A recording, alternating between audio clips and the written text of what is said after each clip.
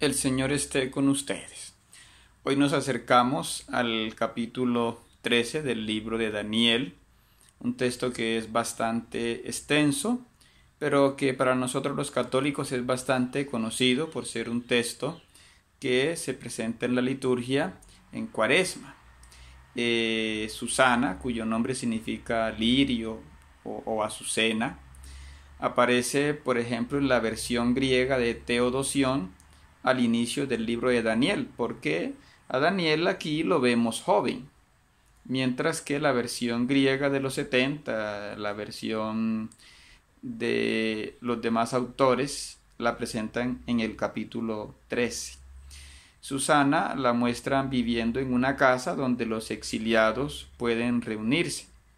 Y en esa comunidad hay jueces de comunidad, algo poco conocido e incluso una figura criticada en Ezequiel 14:1 y Ezequiel 20:1. Vemos aquí también dos ancianos que algunos comentaristas judíos identifican con los falsos profetas Acab y Sedecías, que son nombrados por Jeremías 29:23. El relato de Susana coincide con la idea del Salmo 119 del 22 al 23, de que de la sabiduría no está en la ancianidad, sino en la virtud. En este texto vemos que la norma exigía que la mujer acusada de adulterio debía ser despojada de su velo, pero a las mujeres hermosas se les podía mantener. Vemos entonces que en Daniel 13:32 los ancianos lujuriosos exigen quitarle el velo simplemente para deleitarse en la belleza de Susana. Entonces se enfatiza mucho la maldad de estos dos ancianos, ¿no? Además se dice que ellos pusieron sus manos sobre la cabeza de ella, indicando que aparte de actuar como jueces, actuaban como testigos. Eso lo vemos en Daniel 13:34. Y queriendo aparentar que son justos, estos ancianos piden que Susana fuera el juez. Vemos allí que hay una oración de Susana que sin embargo es condenada por la asamblea ella, pero es atendida por Dios esta oración y mueve el Espíritu Santo a Daniel, como lo vemos en Daniel 13:45. Y es entonces cuando este joven, aquí recordemos que Daniel es joven aquí, invita a la comunidad a revisar la sentencia. Y dice que la comunidad aceptó porque esta mujer además tenía buena fama, ¿no?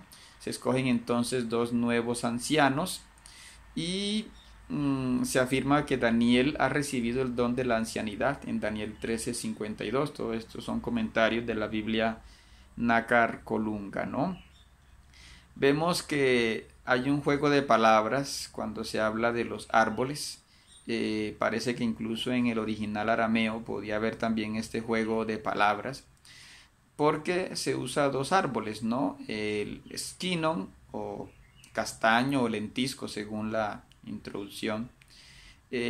Hace juego de palabra con skisei, que significa partir por medio. Y la prinon o encina hace juego con catapriot, que significa rajar. Entonces vemos que hay este juego de palabras mostrando también aquí la sabiduría de Daniel, ¿no?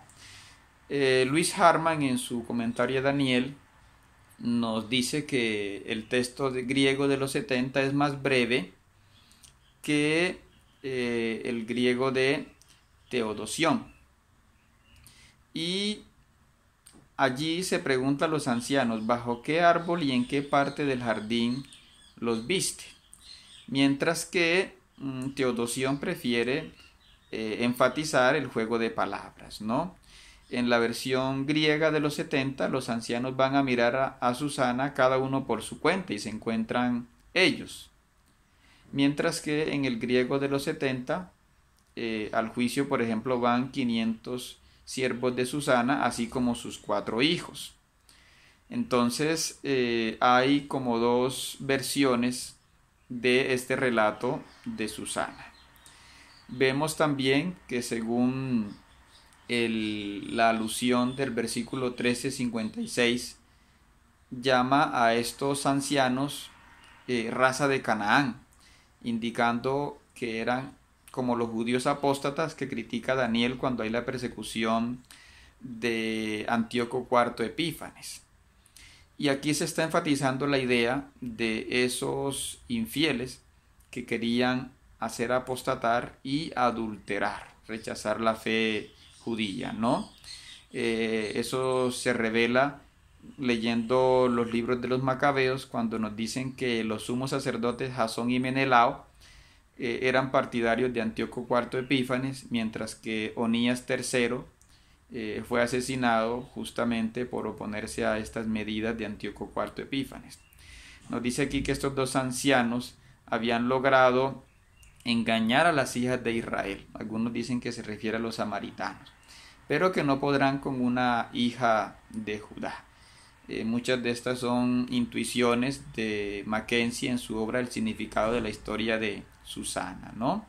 Otros ven allí en esto una crítica farisea a los ancianos saduceos. En fin, son distintos acercamientos a lo que significa este texto de Susana, ¿no? Otra diferencia entre la versión griega de los 70 y Teodosión es que Teodosión se centra sobre todo en la virtud de Susana y no hace tantas críticas a los ancianos. Mientras que la versión griega de los 70 hace una fuerte crítica a la iniquidad de los ancianos y no habla de Susana en la conclusión. Algunos ven aquí en este texto de Daniel un eco de un antiguo Danel, del que hablan unos textos ugaríticos muchos siglos antes, donde dice que Daniel juzgó la causa de la viuda y resolvió el caso del huérfano. Hay un texto que se llama Ajat, en sus numerales 5, 7 al 8. Pero esto no parece concluyente porque este texto es muy antiguo y no hay como continuidad, no hay otros autores que la mencionen en el siglo V o IV, no. Esto es de muchos años antes, ¿no? E incluso encontramos algunos que han visto allí como una mitología agraria, sobre, en fin, como unos campesinos que quieren violar a una diosa. Aquí no se ve nada de eso. Son autores que quieren ver aquí algo mitológico, pero recordemos que Daniel está en un ambiente totalmente contrario a estas ideas mitológicas que muchas vienen del mundo griego o babilonio. Daniel está totalmente en contra de eso, ¿no? Orígenes defendió la canonicidad de este capítulo, lo mismo que hicieron Ireneo de León, Hipólito de Roma, Cipriano de Cartago, Cirilo de Jerusalén. Jerónimo la vio un poco con desconfianza, porque sencillamente no aparece en el texto hebreo de Daniel. Pero la iglesia, como decíamos, aprecia mucho esta reflexión en la quinta semana de Cuaresma y la pone en paralelo con la mujer adúltera, que está en Juan 8, del 1 al 11. Aquí vemos además que Susana ya desde el siglo IV fue representada acosada por los dos malvados ancianos en lugares como el cementerio de Pretestato, donde la ponen como una oveja en medio de lobos, esto basados en el Salmo 119-176, es decir, a Susana la ponen como una mártir. Y sin embargo, como decimos en la quinta semana de Cuaresma, al compararla con el pasaje de la mujer adúltera, hay un desenlace distinto, ¿no? Recordemos que estamos todavía en el Antiguo Testamento. Entonces los dos ancianos son condenados, tanto en las palabras como en una muerte física. Pero en el pasaje de la mujer adúltera, la actitud de Jesús es distinta, ¿no? Dice que quien lanza la primera piedra si está libre de pecado. Y aquí vemos que son los ancianos los primeros que se retiran porque reconocen su pecado, ¿no? Entonces Jesús, antes que buscar la muerte del pecador, busca que el pecador se convierta y viva. No olvidemos que estamos entonces con un texto del Antiguo Testamento, mientras que Jesús nos va a revelar el verdadero proceder de Dios en temas como la justicia.